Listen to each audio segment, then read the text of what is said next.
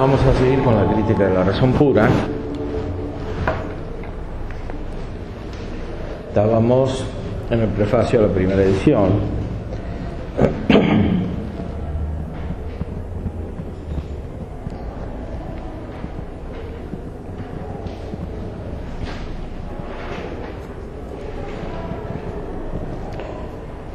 Aquí se plantea la cuestión de cuánto puedo alcanzar con ella si se me quita toda materia y ayuda de la experiencia.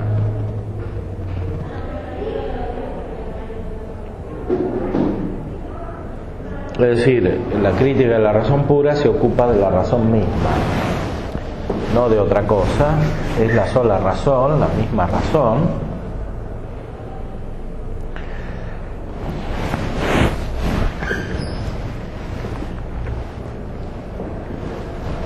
Esto es lo que tenía que decir sobre la integridad en la consecución de cada uno de los fines y la exposición detallada en la consecución de todos juntos, que no constituyen un propósito arbitrario, sino que la naturaleza del conocimiento mismo nos los propone como materia de nuestra investigación crítica.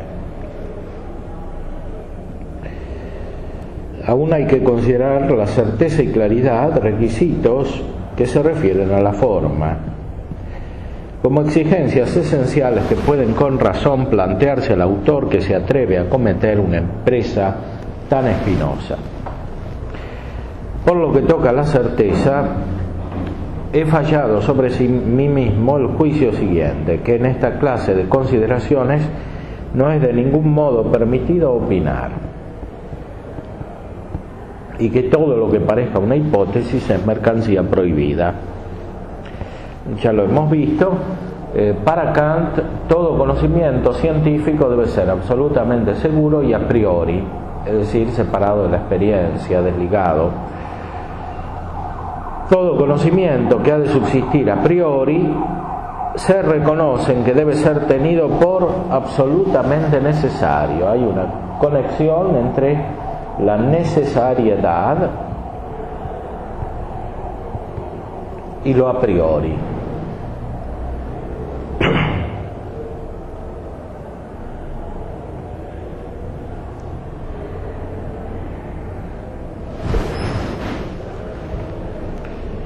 Hay una conexión necesaria, hay una conexión entre lo necesario y lo a priori. Porque la concepción de Kant no es ilemórfica, por tanto, la realidad material está concebida como esencialmente separada de la espiritual o de la inmaterial. En este sentido hay un platonismo de base que no se supera nunca. Es un platonismo de retorno, se podría decir, que está causado por el alejamiento de la filosofía aristotélica. No es un platonismo en el sentido genuino del término, no es derivación directa del de Platón o del neoplatonismo, es un platonismo que se genera por el rechazo de la unidad de las cosas materiales al rechazarse la concepción aristotélica.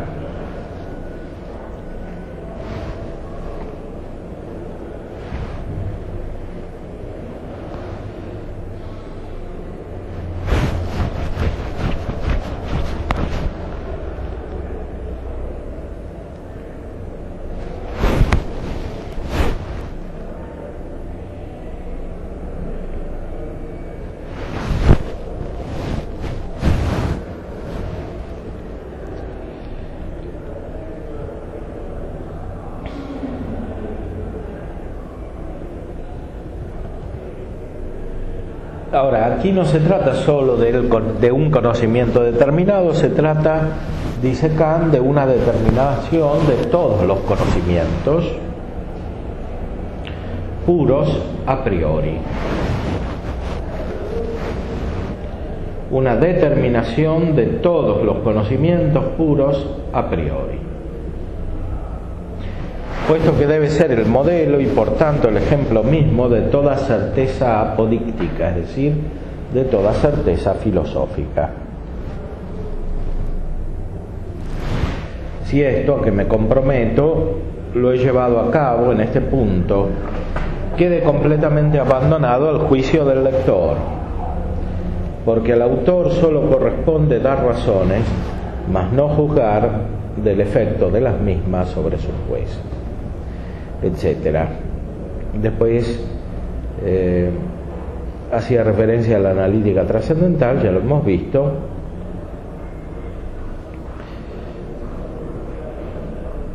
No conozco ninguna investigaciones que sean más importantes para desentrañar la facultad que llamamos entendimiento y al mismo tiempo para determinar las reglas y límites de su uso, que las que en el segundo capítulo de la analítica trascendental he puesto bajo el título de deducción de los conceptos puros del entendimiento. Deducción de los conceptos puros del entendimiento. También me han costado más trabajo que ningunas otras, aunque no en balde, según creo.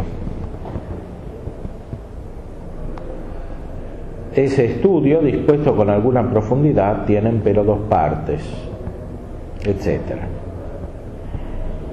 La cuestión principal sigue siendo qué y cuánto pueden conocer el entendimiento y la razón independientemente de toda experiencia. Este es el punto. La crítica de la razón pura estudia justamente esto.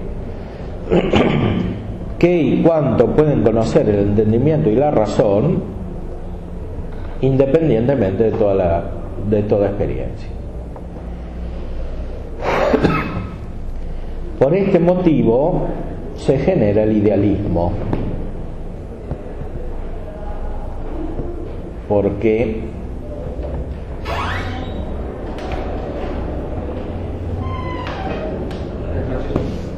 por este motivo se genera el idealismo.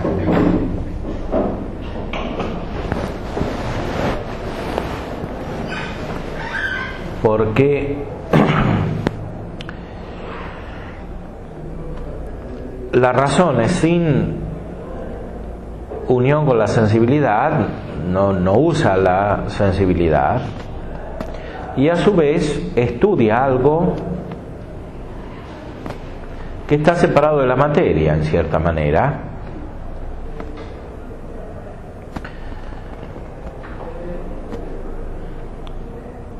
o absolutamente separado de la materia. Es decir, la razón se estudia a sí misma. Este es el resumen de la crítica de la razón pura. Por eso se genera el idealismo, cuyo punto de partida es siempre el desprendimiento respecto del conocimiento sensitivo.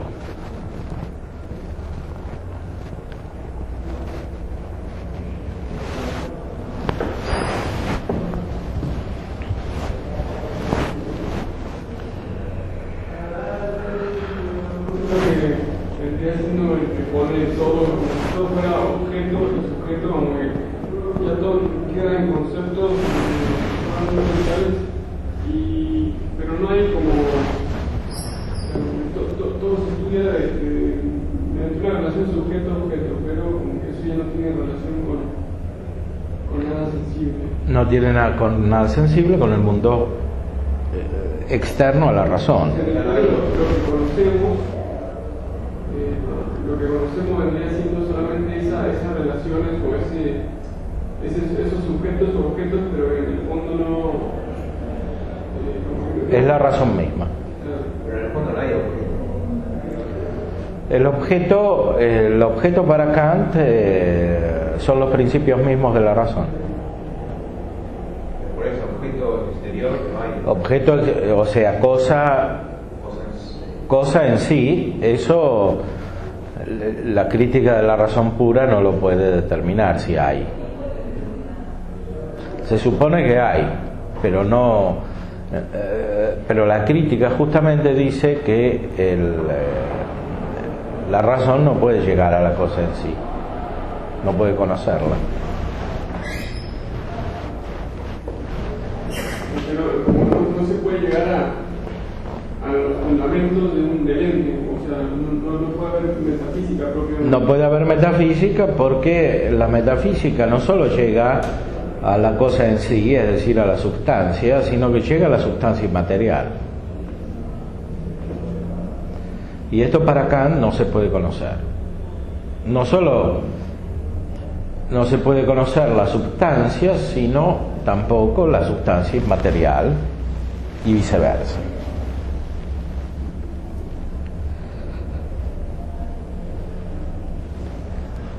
Si estudiamos más profundamente el pensamiento de Kant, entenderemos que no es tanto que no se pueda conocer, cuanto que no se debe conocer. Para garantizar un funcionamiento de la razón que sea totalmente exacto y que impida los conflictos. Los conflictos surgen siempre para Kant del hecho de que se aplica la sensibilidad al conocimiento racional. Se junta la sensibilidad con el conocimiento racional. Como la sensibilidad es particular de cada individuo, de cada sujeto, cuando se pretende universalizar a partir de la situación de particular, se generan conflictos.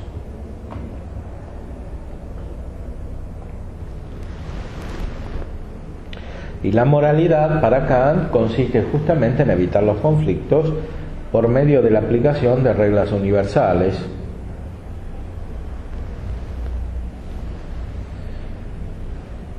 Que por tanto no corresponden a un conocimiento particular y son meramente formales. Es decir, no son otra cosa que reglas de funcionamiento de la razón, incluso en el orden práctico. Es decir, moral.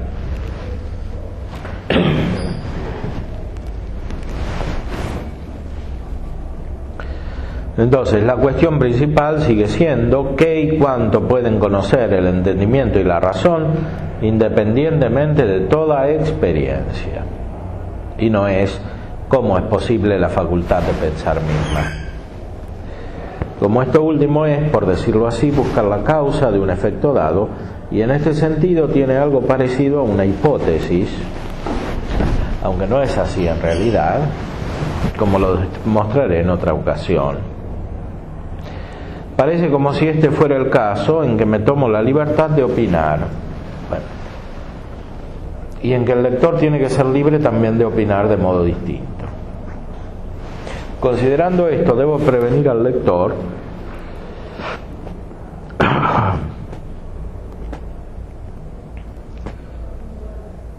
y recordarle que en el caso de que mi deducción subjetiva no llevase a su ánimo toda la convicción que espero, la objetiva, sin embargo, que es la que aquí me importa principalmente, recibe toda su fuerza, para lo cual, en todo caso, puede ser bastante lo dicho en las páginas tales. Es decir, aunque parece que él formula una hipótesis, no hay hipótesis, porque el conocimiento científico o es seguro o no es científico. No hay hipótesis en la ciencia para Kant.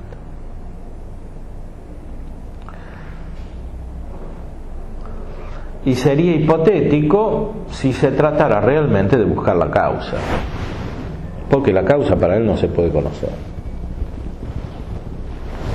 Entonces la pregunta, ¿cómo es posible la facultad de pensar misma?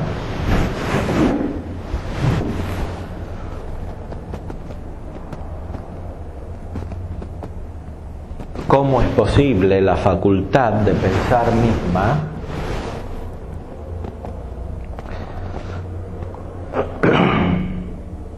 Esta pregunta, para Kant,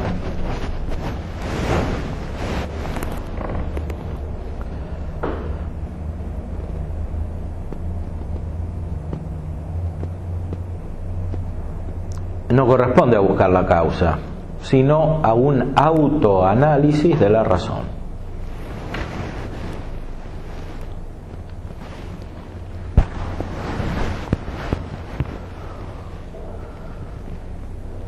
Corresponde a un autoanálisis de la razón.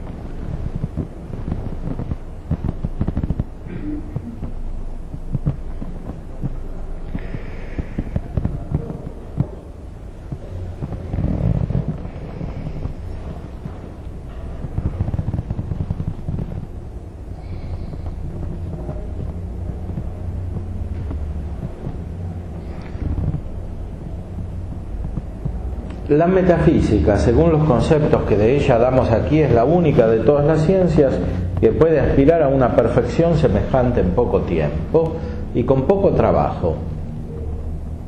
Habla de la perfección de las ciencias, en las cuales todo tiene que estar bien descrito, bien preciso, bien claro.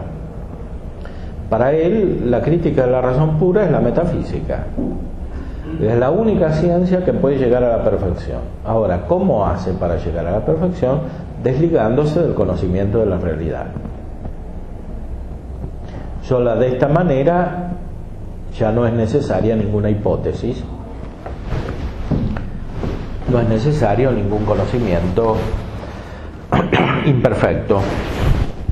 Todo conocimiento es perfecto, absolutamente seguro, preciso, necesario, probado, no hay ninguna duda. Y dice que la metafísica puede llegar a esto en poco tiempo. Por supuesto, para eso debe desprenderse de toda la tradición metafísica anterior, porque para él es causa de confusión, de oscuridad.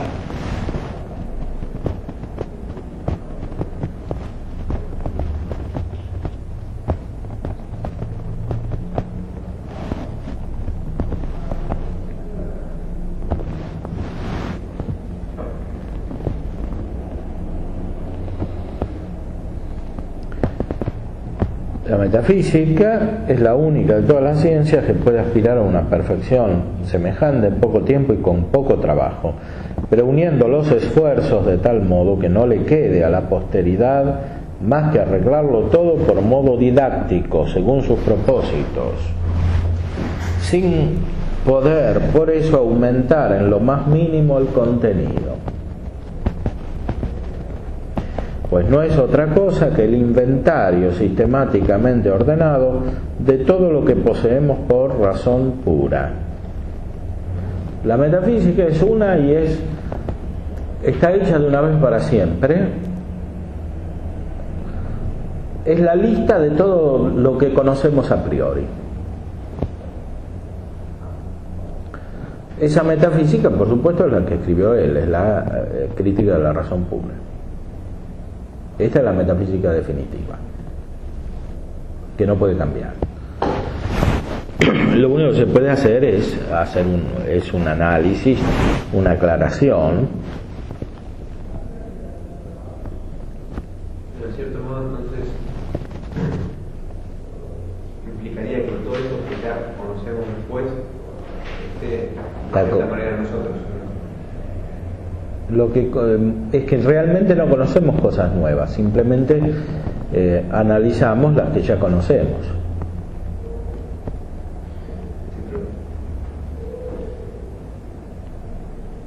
Yo veo una silla y me dicen que es una silla y yo me entero que es una silla después, pero antes no la conocía.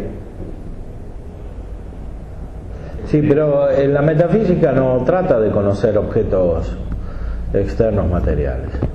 No, bueno, pero así como con las cosas materiales, yo voy a conocerlas. En el plano metafísico también hay un proceso. Sí, para Kant ese proceso se cumple cuando la razón se mira a sí misma, se autoanaliza, no mira otra cosa que ella misma. Entonces, como se mira a sí misma, puede estar segura de lo que hay en ella. Pero todas esas cosas, esos conocimientos que adquirimos, Para Kant ya están en nosotros. es que propiamente no adquirimos conocimientos para él. Son todos a priori. Todas las ciencias dependen de la metafísica, que es la crítica de la razón pura, para él. O sea, la metafísica es una ciencia de los principios más generales y la física, la química, la matemática, etcétera, son ciencias de los principios más particulares, pero siempre son a priori. No las adquirimos de la experiencia.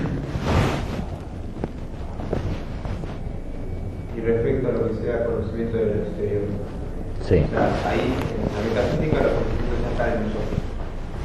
En la metafísica los conocimientos. Sí. Y respecto de lo exterior también están en nosotros. Entonces es un idealismo puro, ¿no? Es un idealismo. Kant es idealista, por eso prepara el idealismo de Hegel y de los otros grandes idealistas.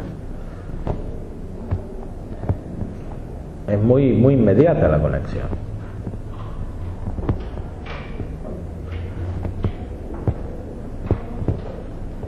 Solo que la diferencia está en que Kant deja el conocimiento de la experiencia. Para Kant, este conocimiento científico coexiste con el conocimiento experimental. Y la gran crítica de la razón pura trata justamente de ver cómo se conectan, pero sin lograrlo.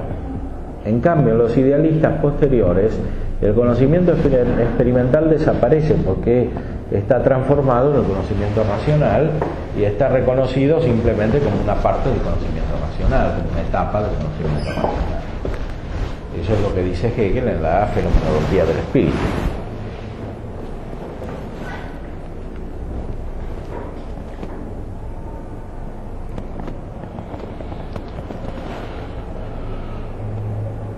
Nada puede aquí pasarnos desapercibido porque lo que la razón extrae enteramente por sí misma no puede esconderse, sino que por la razón misma es traído a la luz, tan pronto como se ha descubierto el principio común de todo ello. Lo que la razón extrae enteramente por sí misma no puede esconderse, sino que por la razón misma es traído a la luz, tan pronto como se ha descubierto el principio común de todo ello. La perfecta unidad de esa especie de conocimientos, obtenida por simples conceptos puros, sin que nada de experiencia, ni aun siquiera una intuición particular, que hubiera de conducir a experiencia determinada, pueda tener en ella influencia alguna para ampliarla y aumentarla, hace que esa incondicionada integridad no sólo sea factible, sino también necesaria.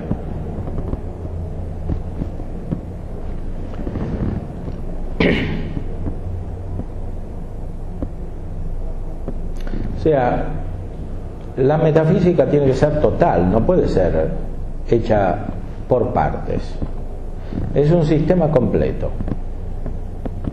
Aquí reafirma que la experiencia no tiene nada que ver con la metafísica, o sea, con la crítica de la razón pura, y o sea también con cualquier tipo de ciencia, porque cualquier ciencia para Kant es derivada de la metafísica, es una especie de prolongación de la metafísica.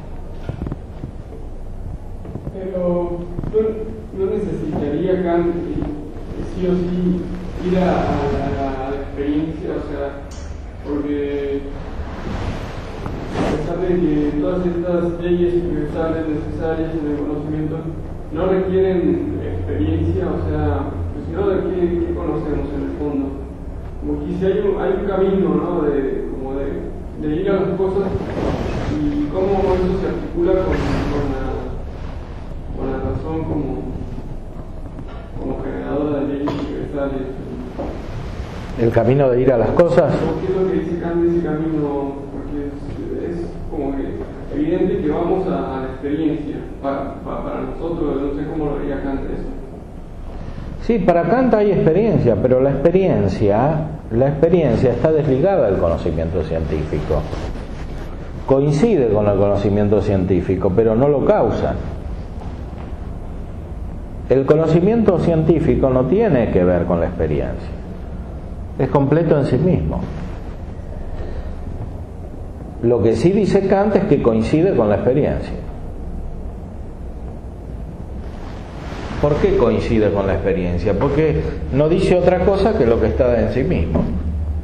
No puede no coincidir.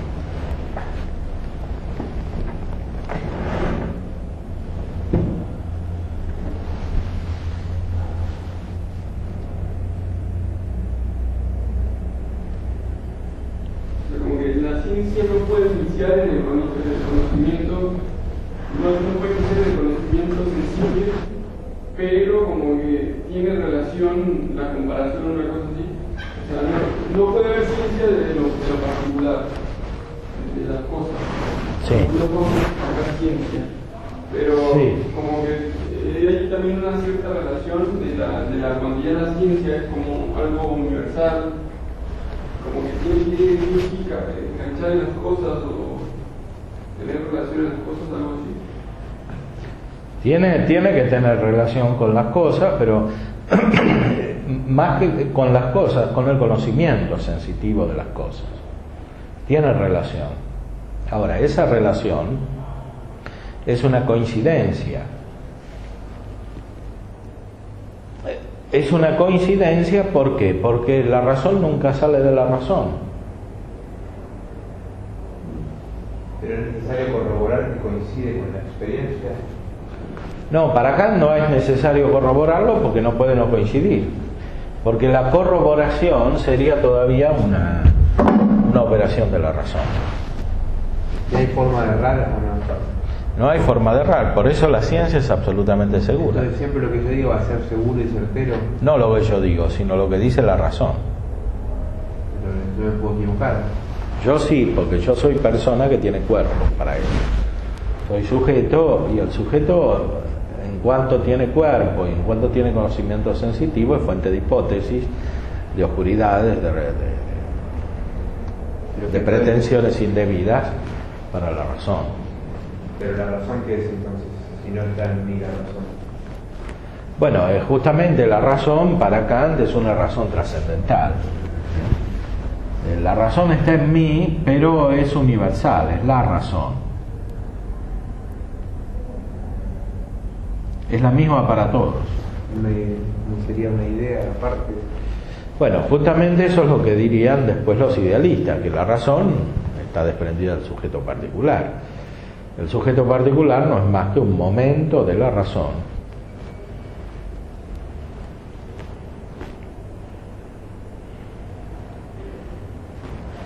Respecto a las ciencias, ¿sí? Las ciencias son una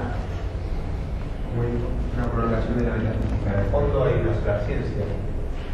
En el fondo hay una sola ciencia, que es la metafísica, y es la razón que se estudia a sí misma. Pero entonces la clasificación de ciencias por la física o otro tipo de ciencias. Todas esas ciencias son como partes de la única ciencia. ¿Qué se decía en la época del pensamiento del? Porque al fin y al cabo está negando otro tipo de ciencias. Sí, en realidad el pensamiento filosófico, aunque parece acercarse a la ciencia moderna, más bien se separa de la ciencia moderna, porque él la quiere explicar, quiere acomodarse a la ciencia moderna, pero da principios que son opuestos a los de la ciencia moderna en el sentido auténtico, es decir, en el sentido de la experiencia que genera un conocimiento de la realidad material, un conocimiento intelectual de la realidad material que parte de los sentidos.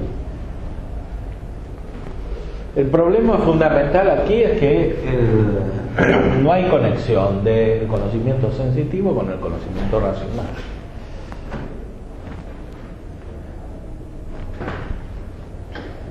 En esto se diferencia fundamentalmente de Aristóteles y de toda su escuela, es decir, en que para Kant el conocimiento sensitivo no interviene en la elaboración del conocimiento racional.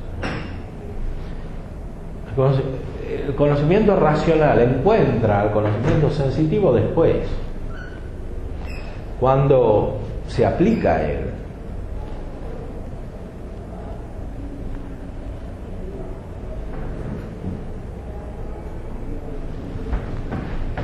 Pero no surge del conocimiento sensitivo,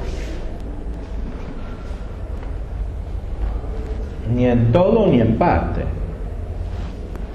Tampoco surge para el pensamiento aristotélico tomista en su totalidad del conocimiento sensitivo, porque, como veremos, el entendimiento agente es superior.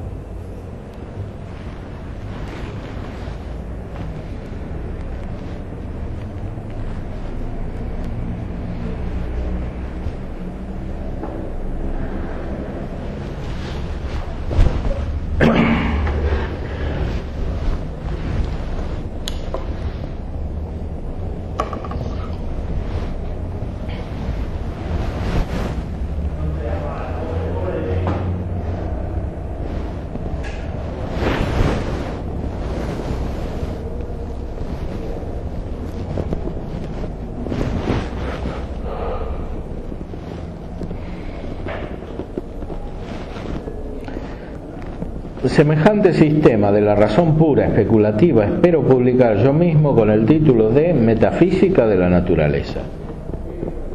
Aquí se ve bien claro, Metafísica de la Naturaleza. Esta metafísica de la naturaleza incluye todas las ciencias. Es como una filosofía de la ciencia, o de las ciencias, que estudia sus principios fundamentales.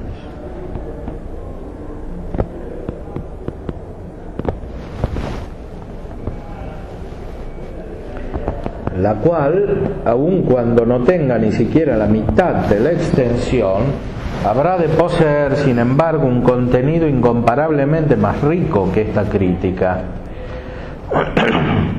que ha tenido que exponer primero las fuentes y condiciones de su posibilidad, y ha necesitado limpiar y aplanar un suelo mal preparado. Aquí espero de mi lector la paciencia e imparcialidad de un juez, allí en cambio la condescendencia y ayuda de un colaborador. Pues, por muy completamente que se expongan en la crítica todos los principios para el sistema, pertenece empero al pormenor del sistema mismo el que no falte ninguno de los conceptos deducidos. O sea, hay que hacer el sistema completo de la metafísica que incluye todas las ciencias, pero después hay que completar esto con el análisis hasta llegar a todos los detalles. La crítica de la razón pura es como el armazón completo de la ciencia en general.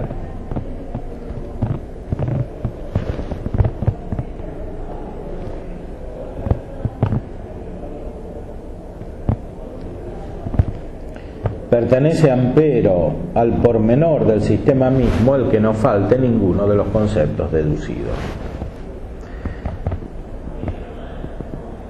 Estos no se pueden traer a priori a comprobación, sino que han de ser buscados poco a poco. Además, como allí en la crítica se agota toda la síntesis de los conceptos, se exigirá aquí en el sistema, además, que ocurra lo mismo en lo que se refiere al análisis, todo lo cual es fácil y más bien entretenimiento que trabajo. O sea, uno se divierte en la metafísica agregando detalles al sistema.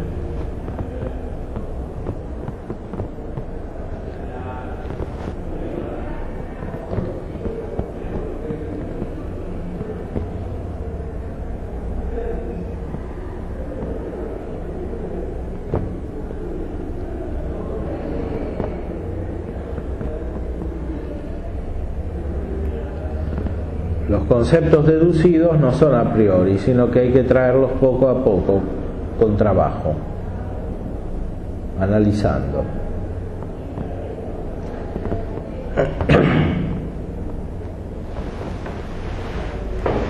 O sea, no son inmediatamente evidentes, pero eso no quiere decir que dependan de la experiencia o del conocimiento sensitivo.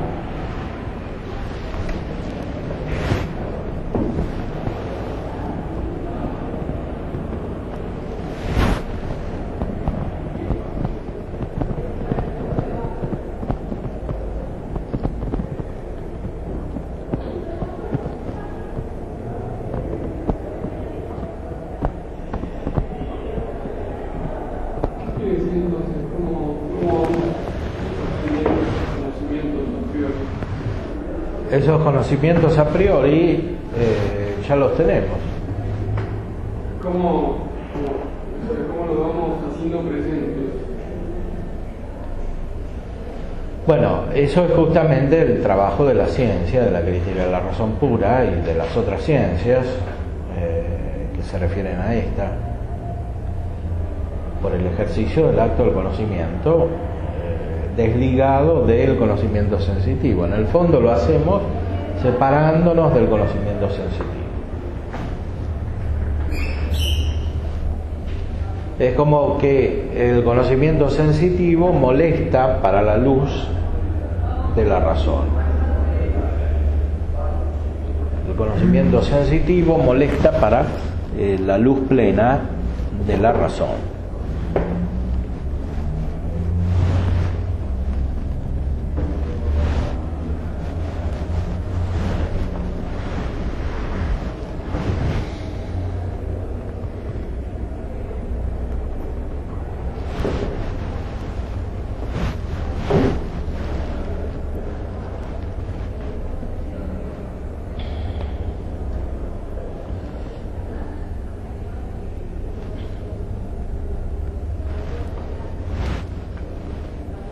Y con eso podemos pasar al otro tema que estábamos estudiando, que es el de Aristóteles. Y después seguiremos con el prólogo a la segunda edición de la Crítica de la Razón Pura.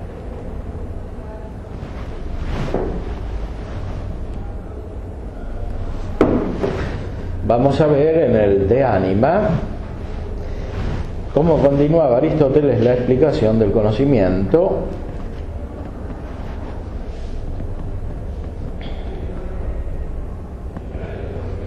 Esta explicación partía del alma, que es la causa y el principio del cuerpo vivo.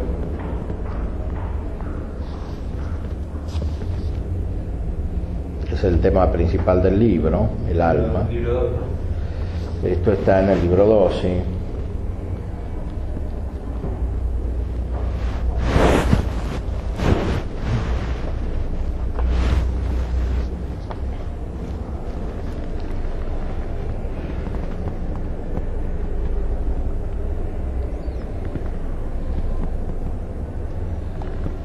Estos términos, causa y principio, pueden entenderse en muchos sentidos.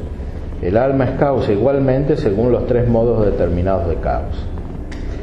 Porque el alma es causa en cuanto es el principio mismo de donde procede el movimiento. El alma es el principio de donde procede el movimiento. Entendiendo la palabra movimiento en un sentido amplio, todos los movimientos de todo tipo proceden del alma. Por tanto, de ella proceden todas las operaciones.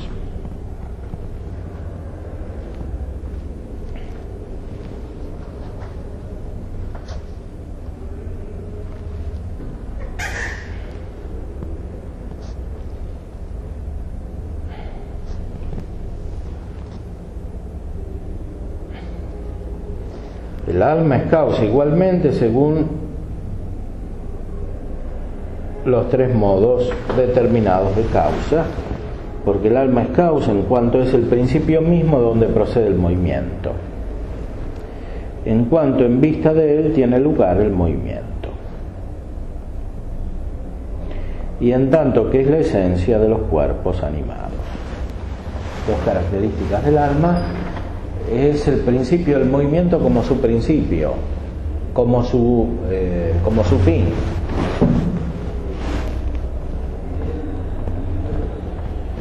En vista de él tiene lugar el movimiento. O sea, el alma lo que produce es la operación como una especie de acercamiento a ella. La operación del alma hace que las cosas se acerquen a ella.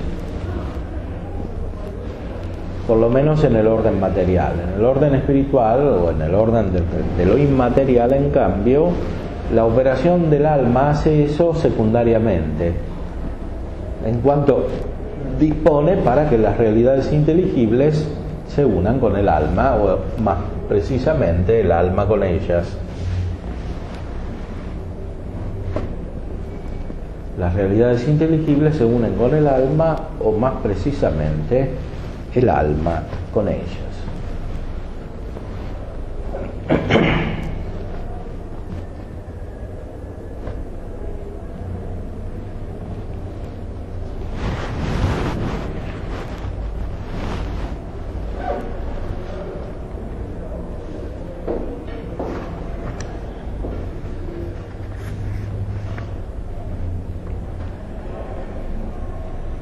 Como esencia, esto es evidente porque la esencia es causa del ser en todas las cosas, y vivir es para los seres que viven existir o ser.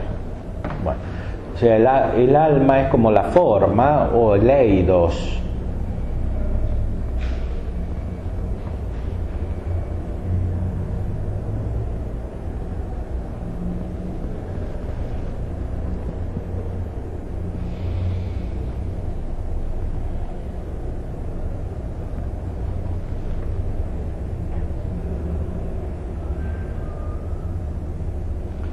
Es causa del ser como eidos o como esencia.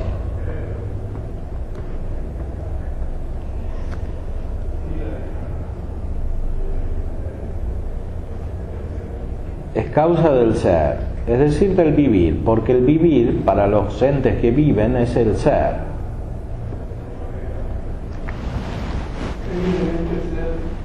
Este ser, o sea, el alma es causa del ser y por tanto del vivir, porque el vivir es el ser de los vivientes. El vivir es el ser de los vivientes.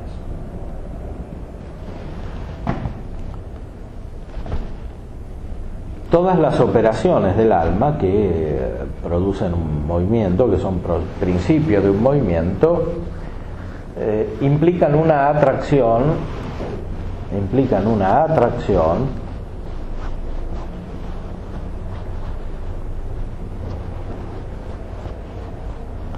hacia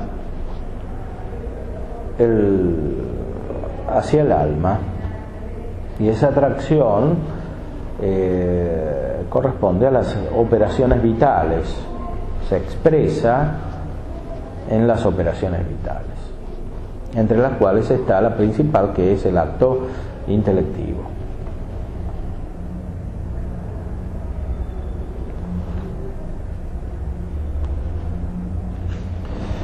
Pero vayamos adelante. Habíamos visto el conocimiento sensitivo según Aristóteles, en parte. Habíamos visto cómo en los sentidos hay una relación con el objeto, más aún esa relación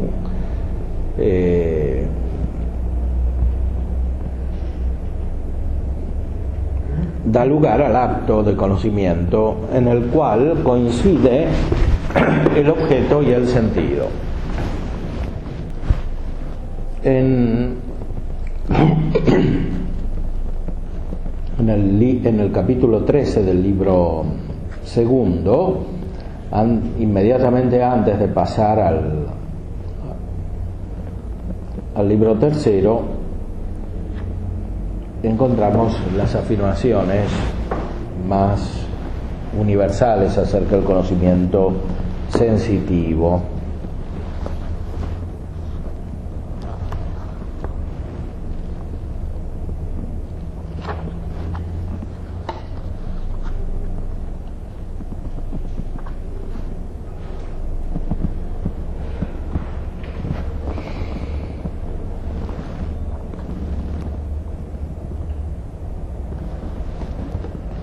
Para todos los sentidos en general debe afirmarse que el sentido es aquello que recibe las formas sensibles sin la materia. Como la cera recibe el sello del anillo sin el bronce, o el oro de que el anillo se compone y conserva este sello de metal o de oro, pero no en tanto que es oro o bronce.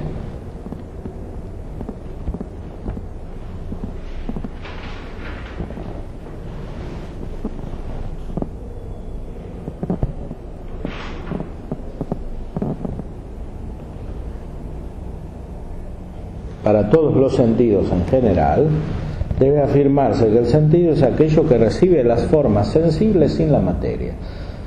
Esto es fundamental para entender no solo el conocimiento intelectivo, sino el sensitivo y por tanto el conocimiento en cuanto tal, el conocimiento en general. En el conocimiento se recibe el objeto sin la materia, incluso en el conocimiento sensitivo.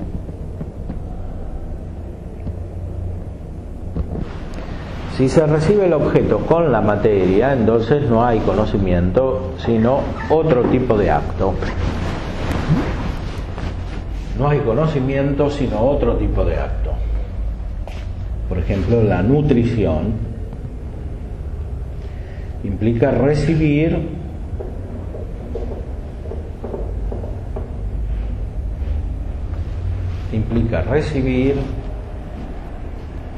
las cosas materiales con la materia. Por ejemplo, el nitrógeno, el oxígeno, todo lo que necesitan las plantas para crecer. Los animales reciben la materia misma de lo que comen, por ejemplo, o reciben el agua cuando beben. Eso no es conocimiento. El conocimiento implica que se recibe el objeto sin la materia, lo cual nos hace pensar acerca de qué cosa es el objeto. El objeto del conocimiento sensitivo, por tanto, no es la materia.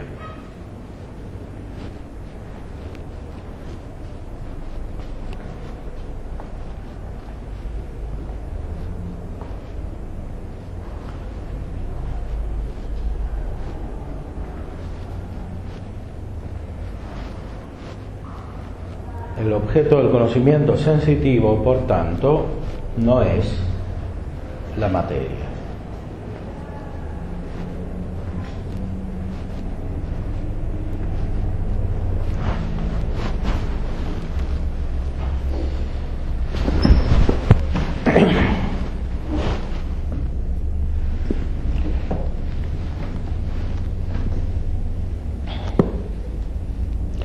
No es la cosa material, tampoco.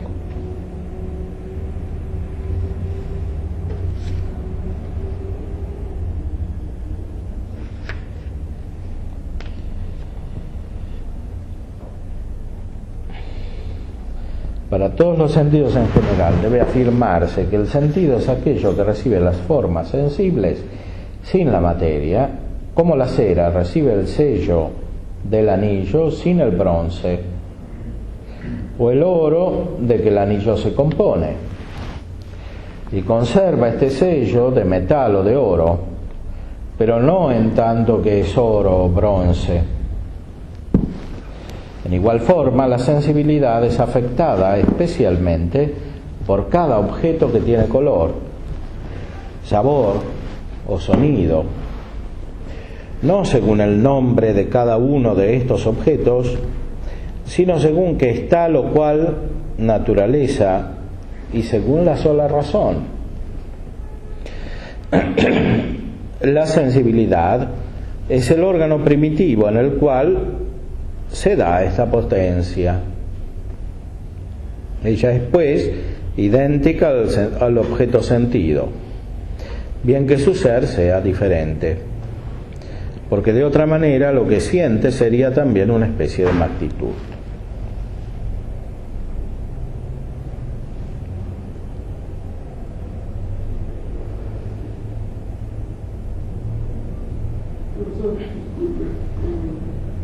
¿A qué se refiere con el ejemplo que daba de la cera? Es como la cera cuando es claro, la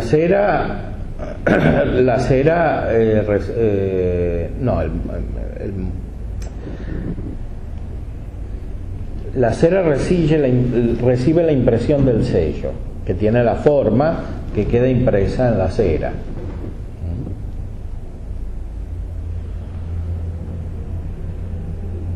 El molde hace algo análogo, pero no es el ejemplo que pone Aristóteles.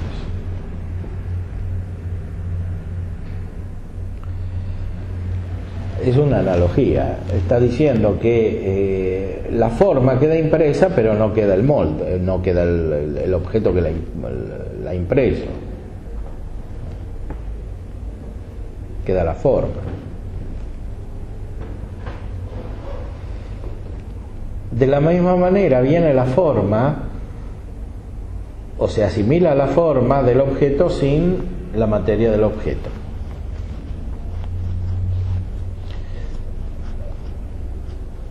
Los objetos de los sentidos efectivamente son formas.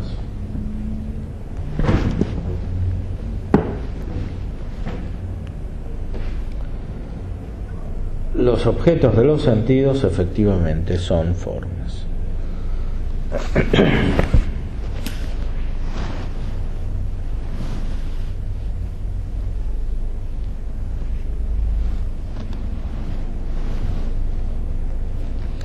Ella pues es idéntica al objeto sentido, bien que su ser sea diferente. Esta es la famosa afirmación aristotélica acerca de que el sentido es lo sensible.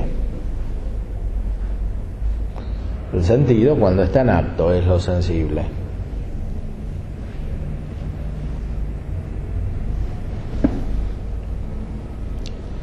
Cuando está en potencia todavía no es lo sensible y por tanto no conoce.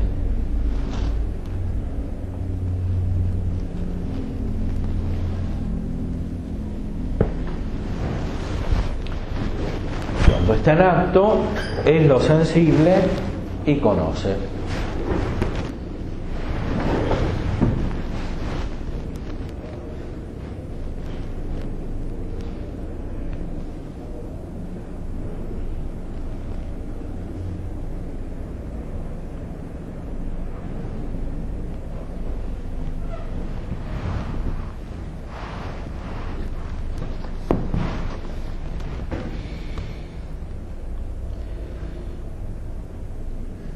El ser es diferente. Que el ser o la substancia para Aristóteles es diferente. Aquí no distingue todavía entre ser y sustancia o entre ser y esencia.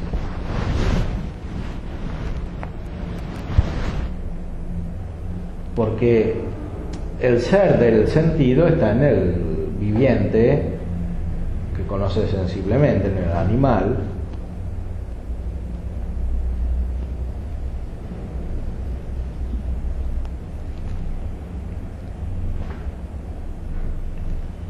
y el ser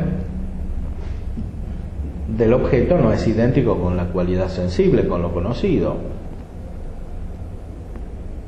con el objeto conocido, que es una cualidad sensible, una forma particular.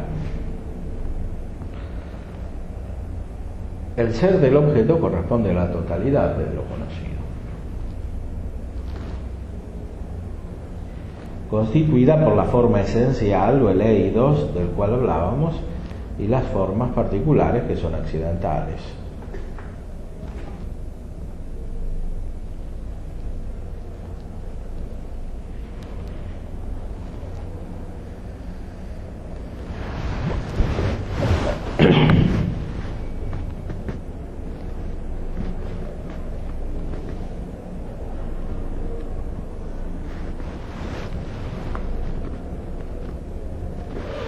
Ella es pues idéntica al objeto sentido, bien que su ser sea diferente, porque de otra manera lo que siente sería también una especie de magnitud.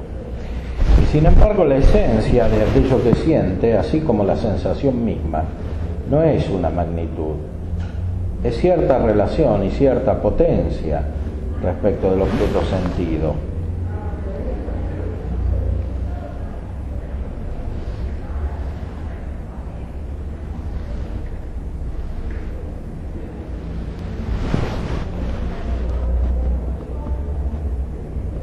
La sensación es el acto en el cual coinciden el objeto y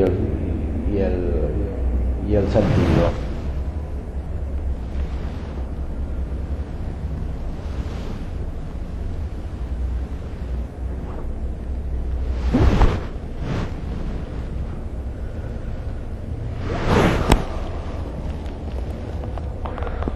Ahora, en la sensación hay también un movimiento, hay una alteración corporal y por tanto hay una potencia. Es la potencia que pasa al acto, y el acto es la sensación. Y la potencia es la que puede pasar al acto, es el sentido.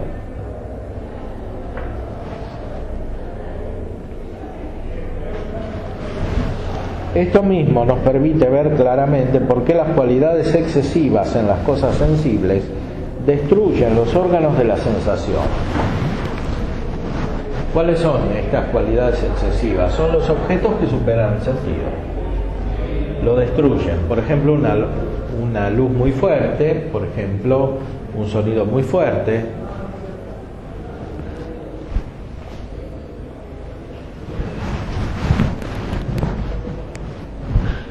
por ejemplo, un tacto muy fuerte, porque cuando a alguien le pegan un martillazo en la cabeza lo siente, pero también le destruye el sentido.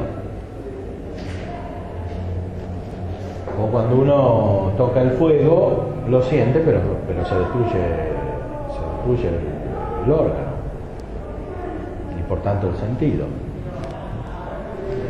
Porque la sensación recibe el acto y pasa al acto,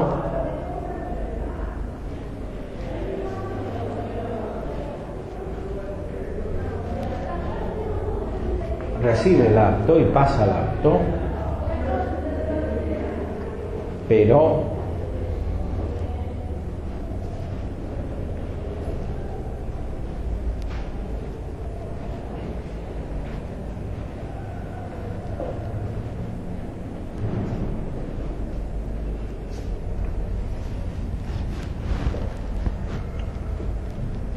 no coincide con el movimiento.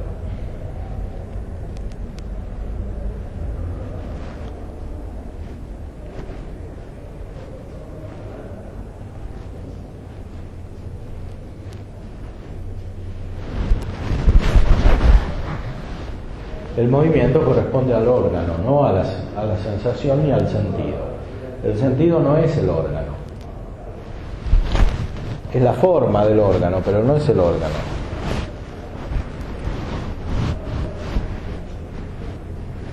El órgano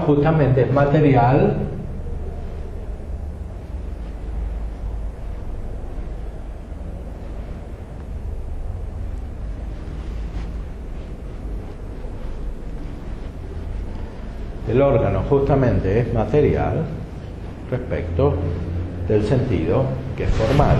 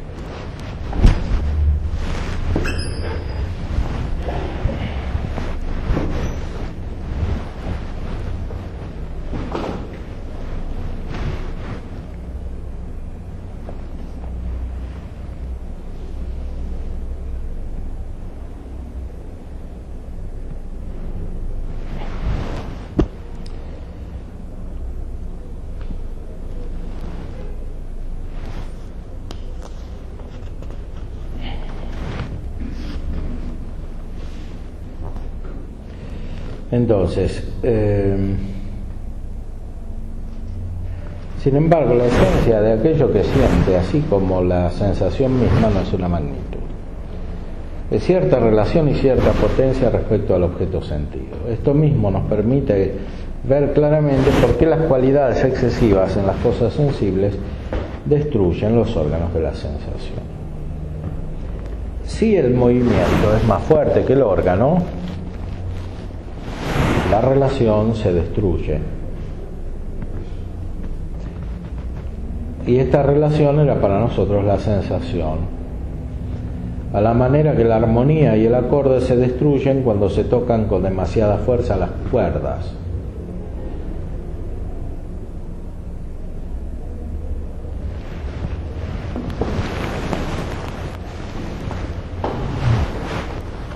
Pero ¿cómo decimos? ¿Cómo es que las plantas no sienten?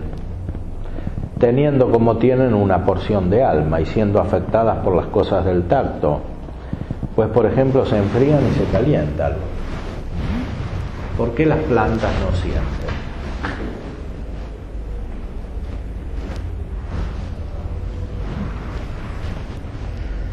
Porque tienen alma, dice Aristóteles, por lo menos parte de alma o participan del alma, tienen como un principio vital.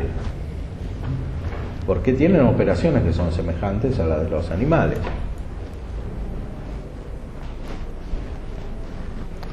Inclusive, sintetizan, claro, reproducen, mueren. Exacto. Pues el fruto es la forma como se reproducen. Todo eso corresponde a la vida, que es un tipo de ser.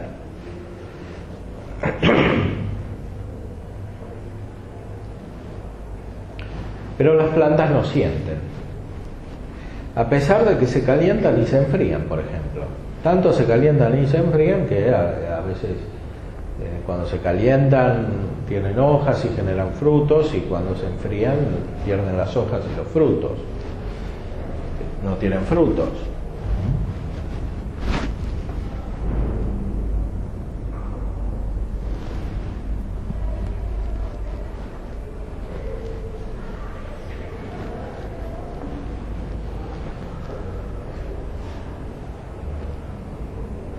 ¿Por qué las plantas no sienten?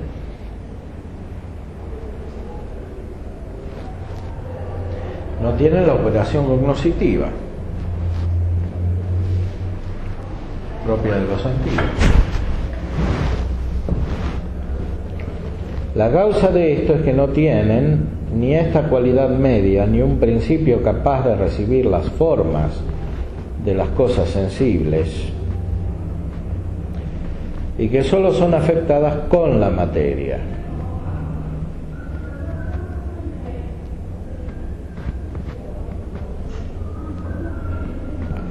Solo son afectadas con la materia. O sea, las plantas pueden recibir solamente lo que tiene materia.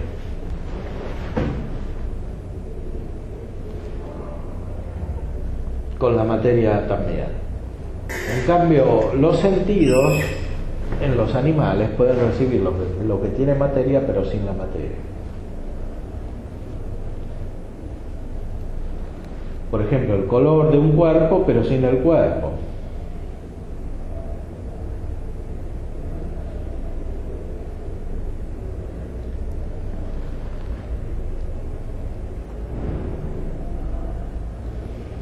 Esto corresponde a un tipo de vida superior.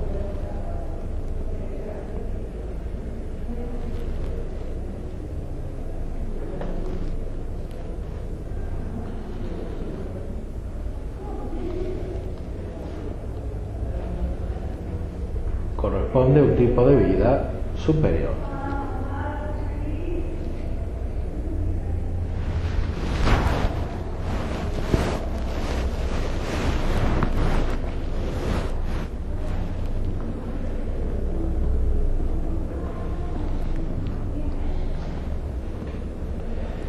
También podría preguntarse si el olor puede hacer experimentar algo a lo que no se puede oler, o el color a lo que no se puede ver, pudiéndose extender la cuestión a los demás sentidos. Si la cosa que se huele es el olor cuando produce alguna sensación no produce más que olor.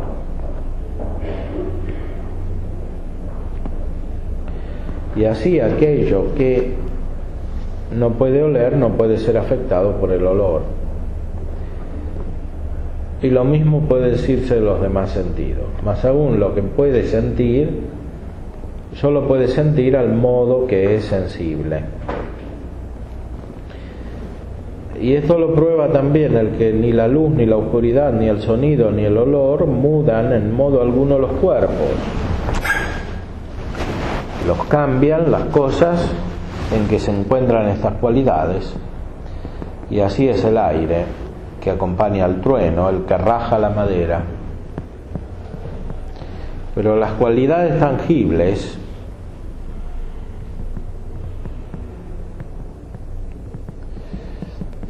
y los sabores obran sobre los cuerpos insensibles. De otra manera, ¿mediante qué causas podrían ser afectadas o alteradas las cosas inanimadas? ¿Será posible que las otras cualidades obren también en los cuerpos, sobre los cuerpos?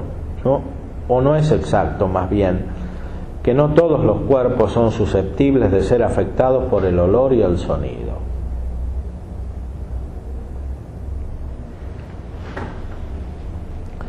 Pero los cuerpos que son afectados de esta manera son indeterminados inmóviles, como el aire, que puede contraer un olor como si hubiese experimentado alguna afección.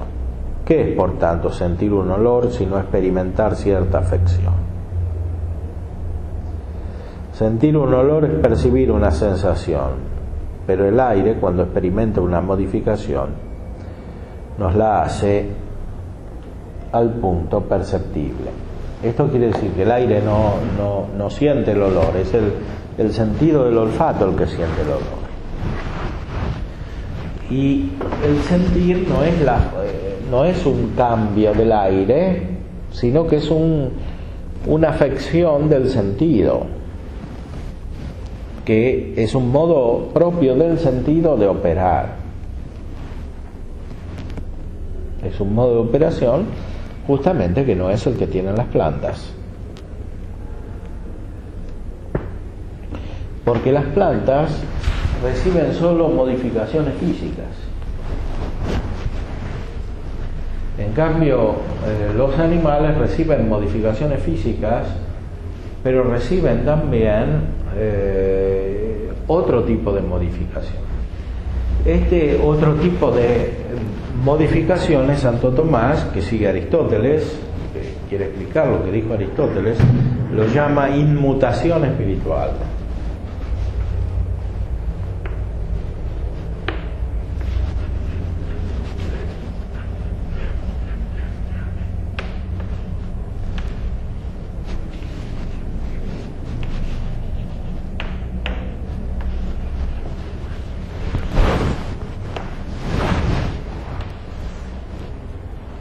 Aquí la palabra immutatio spiritualis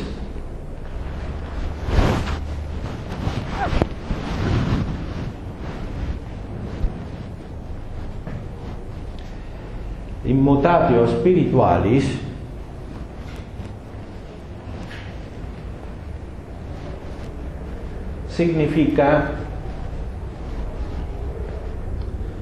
no un tipo de operación totalmente separado de la materia, que es el que describirá en el libro siguiente, que comienza inmediatamente, sino un tipo de operación que no implica recibir la cosa material.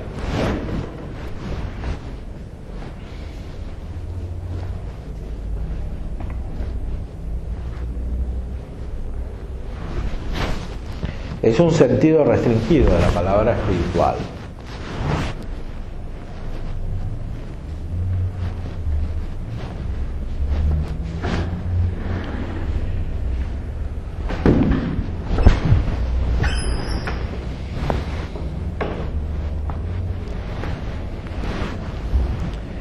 ¿Cómo así inmaterial? Sí, una inmutación inmaterial.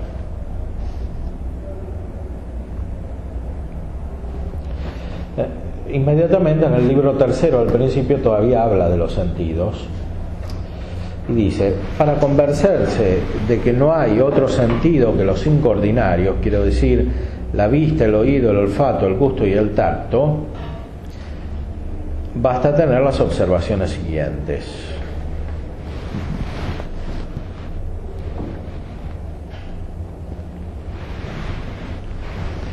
Y da una explicación de por qué hay cinco sentidos.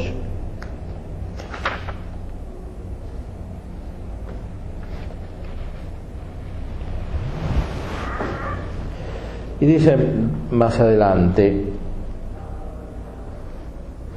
podría preguntarse por qué se nos han dado muchos sentidos para percibir las cosas comunes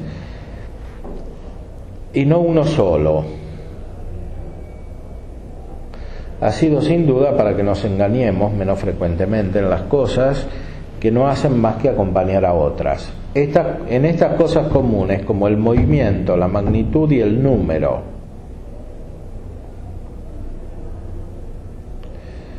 si la vista fuese la única que percibiese un objeto blanco, estaría mucho más expuesta a incurrir en error y a creer que el color y la magnitud son una misma cosa, porque sigue constantemente la una a la otra.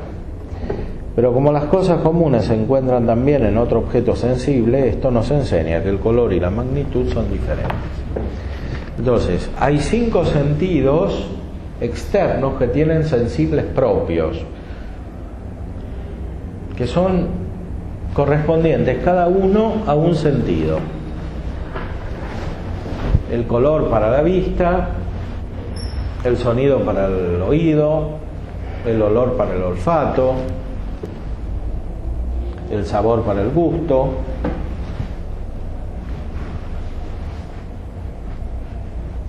lo frío, lo caliente, etcétera, lo blando, lo duro para el tacto, que se podría denominar lo tangible. Ahora, hay otros objetos que son comunes a varios sentidos, los que dijo aquí: movimiento, magnitud y número.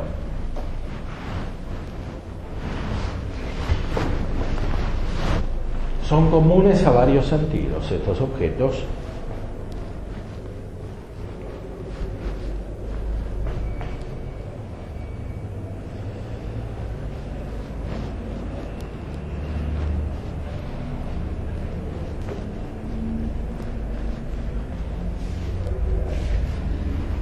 Y esto es necesario porque de otra manera no los podríamos distinguir, dice Aristóteles, ya que, por ejemplo, el color está siempre unido a la magnitud, a la cantidad. Y todas las cosas que tienen color tienen cantidad.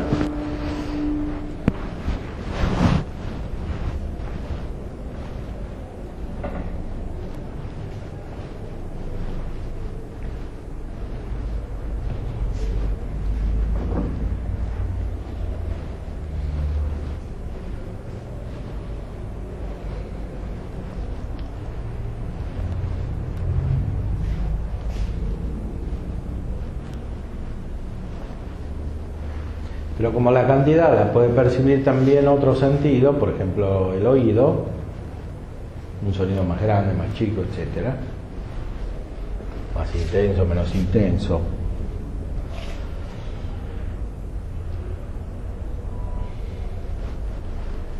Hace entender que con el sonido está unida una cantidad diferente, que es percibida.